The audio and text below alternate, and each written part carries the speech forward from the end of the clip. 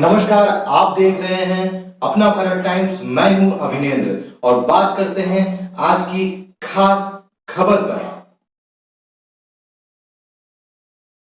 कांग्रेस की तुलना में भाजपा की आय 5.1 गुना बढ़ी। जी हां, भाजपा की आय 1027 करोड़ रुपए हो चुकी है। आपको बताते चलें कि भारतीय जनता पार्टी की कुल आय क्या है। भारतीय जनता पार्टी सत्ता में आने से पहले कुल आय 309.45 करोड़ थी, तो वहीं 2018 के वित्तीय वर्ष में 1027 करोड़ हो चुकी है। वहीं हम कांग्रेस की बात करते हैं तो कांग्रेस की कुल आय जब कांग्रेस सत्ता में थी तो 356.28 करोड़ था और अब उसकी आय 199.1 करोड़ है। सत्ता का सुख भोगने के बाद किस पार्टी की कितनी आय बढ़ गई अपने स्क्रीन पर आप देख सकते हैं। 10 साल की सत्ता करने के बाद कांग्रेस की 350 करोड़ रुपए की आय बढ़ गई थी। 2005 में सत्ता में आने से पहले कांग्रेस की आय 222.07 करोड़ थी। वही 10 साल का शासन करने के बाद कांग्रेस की कुल आय 598.06 करोड़ हो गई थी। वहीं बात करते हैं भारतीय जनता पार्टी की, तो 5 साल की सत्ता में भारतीय जनता पार्टी की आय लगभग 750 करोड़ बढ़ चुकी है। 2013 में जब भारतीय जनता पार्टी सत्ता में नहीं थी तो उसकी आय 350 करोड़ थी और अब उसकी आय 1027 करोड़ हो गई है। इतिहास की बात करें तो ऐसा लगता है कि भारत में अधिकांश लोग राजनीति में इसलिए आना चाहते हैं क्योंकि वो रातों रात अमीर बनना चाहते हैं। वैसे ही राजनीतिक पार्टियां चंदे से अपने खजाने को भरती हैं। क्या कारपोरेट घराना किसी लाभ लोभ के इरादे से राजनीतिक पार्टियों को सपोर्ट करता है? क्या चुनावी प्रक्रिया को पारदर्शी बनाने में राजनीतिक पार्टियां अपना पीछा छुड़ा रही हैं? सरकार ने चुनावी बॉन्ड योजना 29 जनवरी 2018 को अनुसूचित की थी। इसके मुताबिक कोई भी भारतीय नागरिक या भारत में स्थापित संस्था चुनावी बॉन्ड खरीद सकती है। आपको ये भी बताते चलें कि नगद चंदे के रूप में केवल 2000 रुपए से बड़ी रकम नहीं ली जा सकती है। आपको ये भी बता दें कि 1000, 10,000, 1 लाख, 10 लाख और 1 करोड़ रुपए की कीमत में उपलब्ध इन बॉन्डों को जनप्रतिनिधित्व कानून 1951 की धारा 29A के तहत पंजीकृत वे ही राजनीतिक पार्टियां ही भुना सकती हैं जो पिछले आम चुनाव या विधानसभा चुनाव में कम से कम 1% वोट हासिल कर चुकी हों।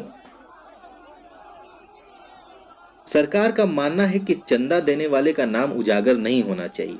वही चुनाव आयोग कहता है कि अगर नाम उजागर नहीं होगा तो इससे काले धन को बढ़ावा मिल सकता है, लेकिन सरकार ठीक उसके उलट काम करती है। जी, इसके अलावा हम ये भी आपको बता दें कि कारपोरेट घराने इस तरीके के चंदे से सत्ताधारी दल से अपना हित साध सकते हैं।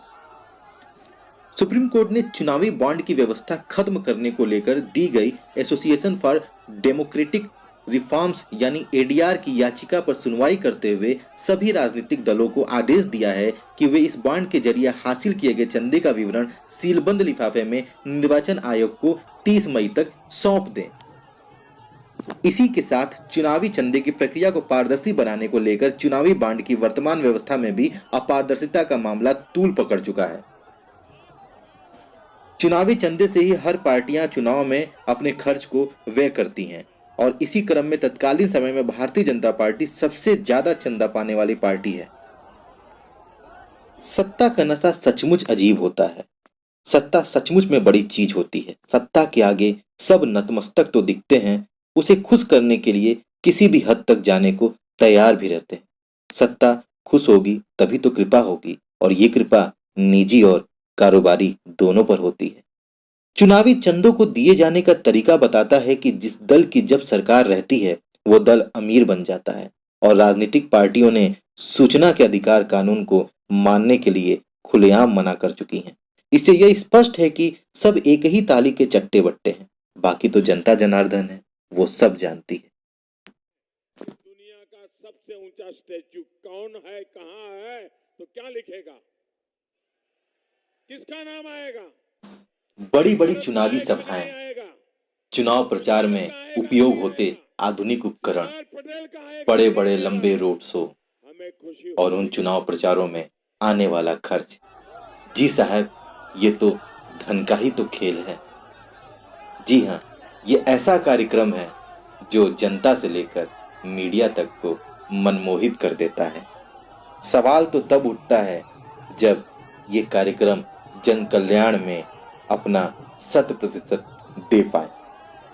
राजनीति में लोग समाज सेवा के तथाकथित मकसद से उतरते हैं।